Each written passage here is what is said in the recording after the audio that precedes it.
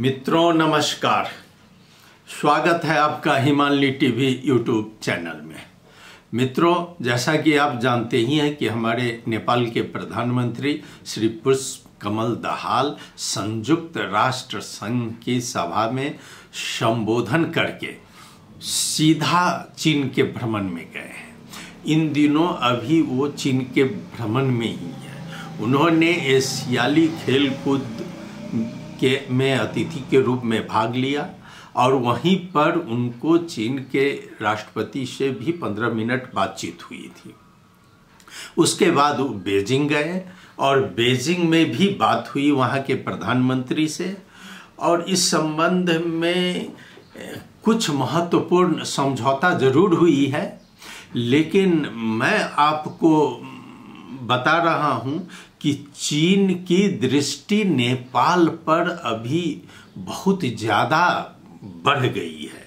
यानी कि चीन अपनी नीति को नेपाल केंद्रित कर दिया है। तो इस बीच में चीन के कई अधिकारी नेपाल में लगातार आते रहे हैं। अब जैसे कोविड में आइसोलेशन में रखा था चीन अपने आप को, लेकिन ये खुलते ही उसने देखा कि नेपाल में कुछ भारतीय गतिविधि से वह सशंकित होकर और भारत से नज़दीकी बढ़ने के कारण उसने अपनी गति में नेपाल की नीति के प्रति वो अपनी तीव्रता बढ़ा दी है। नेपाल आना जाना उसकी कूटनीतिक गतिविधि बढ़ गई है। मैं आपको बता रहा हूँ, चीन के कई नेता पिछले दिनों नेपाल आए हैं, और नेपाल में कुछ तो ऐसे आए हैं कि गुप्त रूप से भी नेपाल आए हैं और गुप्त रूप से मिलकर चले गए हैं। और ऐसे ही उन्होंने नेपाल के ही कई नेताओं को चीन में आमंत्रित किया है, और ये ज़्यादातर नेता करीब करीब सभी कम्युनिस्ट पार्टी के नज़दीकी नेता है। 20-20 लोगों का प्रतिनिधि मंडल लेकर नेपाल से चीन गए हैं। तो आखिर यह चीन क्या सोच रहा है? चाहे नेपाल के प्रति ऐसा दृष्टिकोण में क्यों फर्क बदलाव आया है?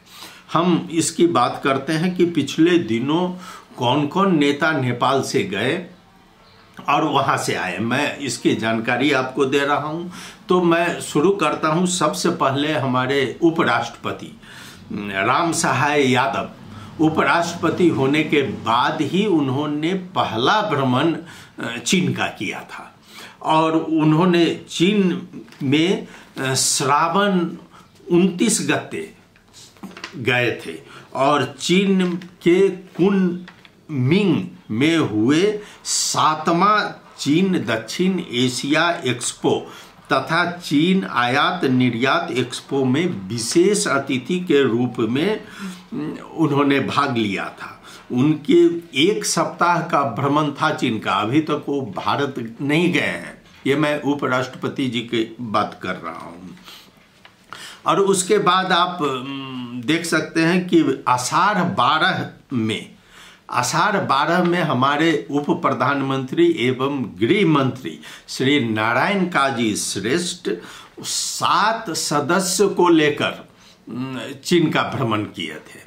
और यही थोड़ा माना जा रहा है कि नारायण काजी श्रेष्ठ जी का जो भ्रमण रहा है यह उतना खुला रूप में नहीं आया कि आखिर उन्होंने किन किन से बातचीत की, और गृह मंत्री होकर उप प्रधानमंत्री होकर 7 सदस्यीय प्रतिनिधि मंडल को लेकर गए थे वो।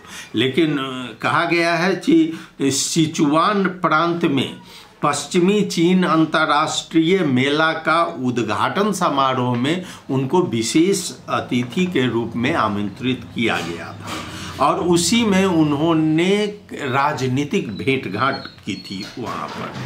फिर आप आइए तो श्रावण 25 में प्रधानमंत्री दाहाल भारत भ्रमण के पूर्व संध्या, जब वो भारत भ्रमण में जा रहे थे तो थोड़ा सा यहाँ पर शंका हो गया था कि चीन कहीं नाराज न हो जाए, चूँकि इससे पहले चीन का भ्रमण था जिसको कि रद्द करके श्री पुष्पकमल दाहाल जी ने भारत का भ्रमण किया।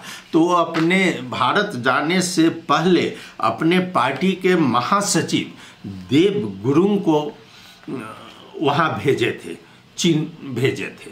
आखिर भेजने की कोई ज़रूरत नहीं थी, लेकिन एक दिन पहले उन्हीं के पार्टी के महासचिव को वहाँ जाना ये लोगों में शंका पैदा कर दिया और उसके बाद वो भारत भ्रमण में गए थे।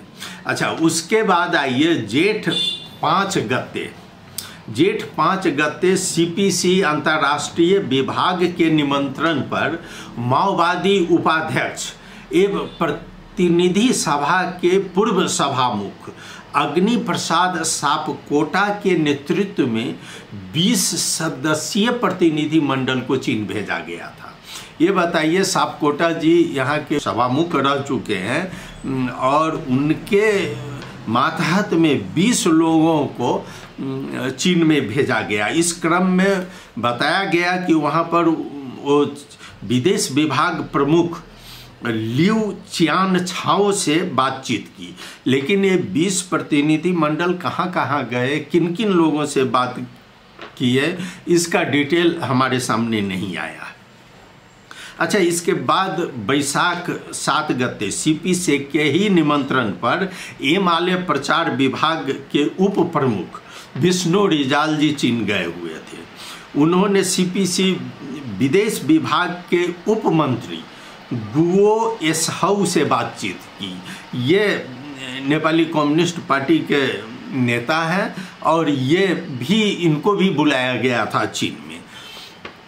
और इस सब के बाद परराष्ट्र सचिव भरतराज पौडेल जो चैत्र 22 गते को बीजिंग गए थे।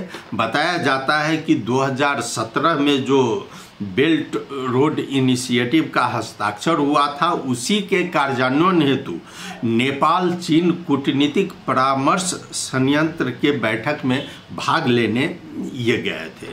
और यही है, अब कुछ दिन पहले जो कि खबर आई थी कि श्री कम्युनिस्ट पार्टी के नेता श्री शंकर पोखरेल भी गए थे 2-3 लोगों को लेकर चीन, जो हमारे पूर्व सभामुख नेमांग जी के निधन पर वो अपना यात्रा ब्रेक करके नेपाल आ गए।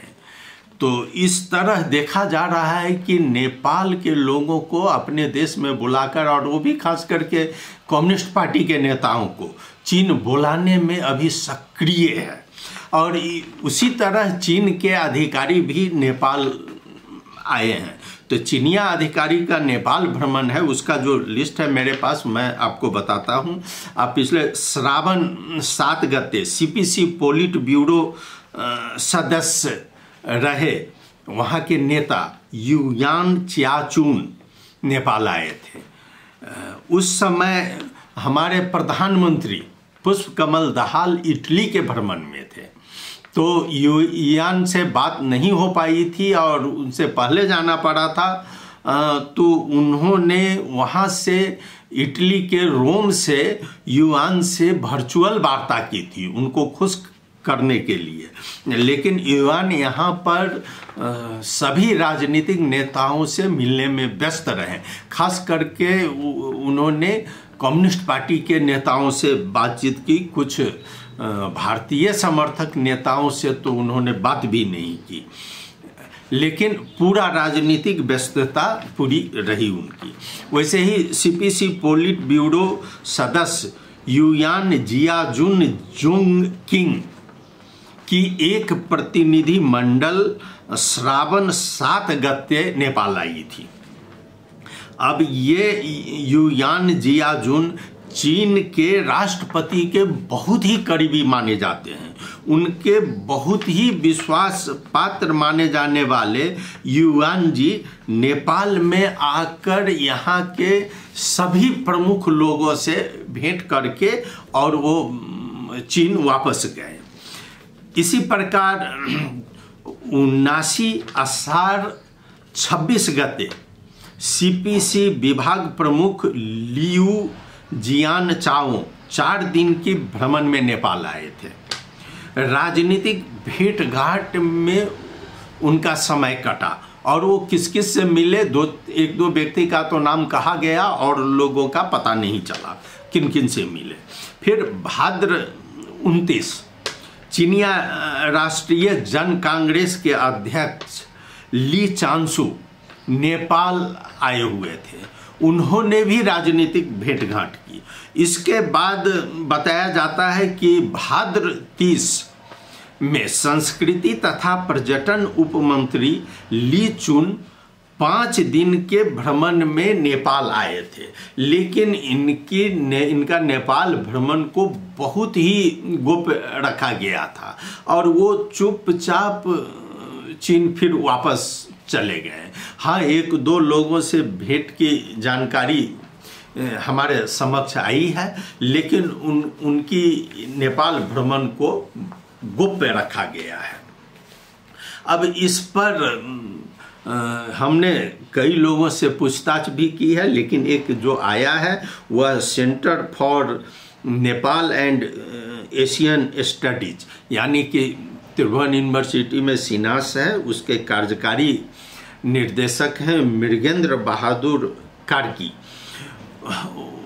उनका मानना है कि चीन में कोविड के बाद अचानक उन्होंने उनका जितना भी काम है उसमें अधिकांश काम नेपाल पर केंद्रित कर दिया है और उसका पूरा ध्यान नेपाल पर है। और ऐसा नहीं है कि चीन का ही है, लेकिन वह सशंकित इसलिए है कि यहाँ अमेरिकन गतिविधि भी बढ़ रही है, इसलिए चीन इस पर ध्यान दे रहा है। भारत के बारे में खुलकर नहीं कह रहा है। आपको बता दें कि नेपाल के प्रधानमंत्री जो वहाँ गए, नेपाली लोग यह उम्मीद कर रहे थे कि वहाँ यहाँ लिपिया धूरा वाला जो हमारा चुच्चे नक्शा है इसकी बात उठेगी, लेकिन यह उठाने का हिम्मत न तो नेपाल के प्रधानमंत्री किए हैं और न ही चीन भी चर्चा की है। इसका मतलब यह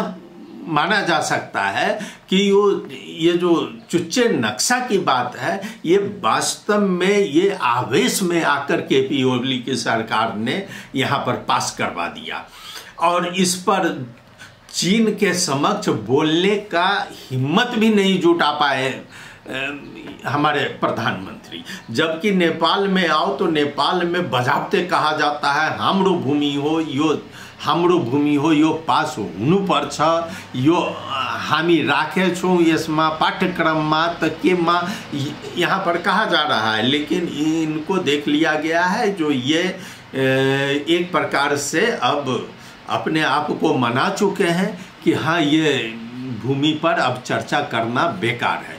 उधर से मानसरोवर जाने की बात होती है, लेकिन इन्होंने भी मानसरोवर के लिए एक रास्ता हुमला से बात किया है। हालांकि अभी हमारे प्रधानमंत्री दाहाल तिब्बत में आ गए हैं, तो तिब्बत से मानसरोवर की यात्रा उन्होंने की है और मानसरोवर के प्रति जो उनका भाव प्रकट हुआ है, दैविक भाव, इससे वो थोड़ा सा जागरूक होकर हमारे हुमला से वहाँ जाने की बात कही है। नेपाल में आकर एक रोड है, जो रोड खोला जाएगा वहाँ के लिए। अब इसके बारे में कहा गया है कि चीन के औपचारिक भ्रमण में रहे प्रधानमंत्री प्रचंड ने कैलाश पर्वत और मानसरोवर ताल क्षेत्र के स्थलगत अवलोकन कर नेपाली, भारतीय और अन्य देश के पर्यटकों को हुमला के रास्ते आसानी से भ्रमण कर सकने की व्यवस्था के लिए चीन सरकार से सैद्धांतिक सहमति जुटाई है। अब इनकी इस बार की उपलब्धि हमको लगता है शायद यही सैद्धांतिक सहमति ही है, जिन्होंने सिमकोट से कैलाश पर्वत की ओर जाने के लिए गुणस्तरीय रास्ते का निर्माण बहुत जल्दी करने की बात हुई है। वहाँ पर चीन के स्वशासित क्षेत्र तिब्बत के पश्चिम भाग डारी से कैलाश मानसरोवर करीब 250 किलोमीटर दूर है। नेपाल के हुमला से यात्रा करते हुए हुमला सदर मुकाम सिमकोट से 160 किलोमीटर और चीन सीमाना से 70 किलोमीटर की दूरी में है। सिमकोट से कैलाश मानसरोवर जाने के लिए अभी सड़क संजाल जोड़ने के लिए सड़क के ट्रैक मात्र खोलने के कारण यह मुश्किल हो रहा है।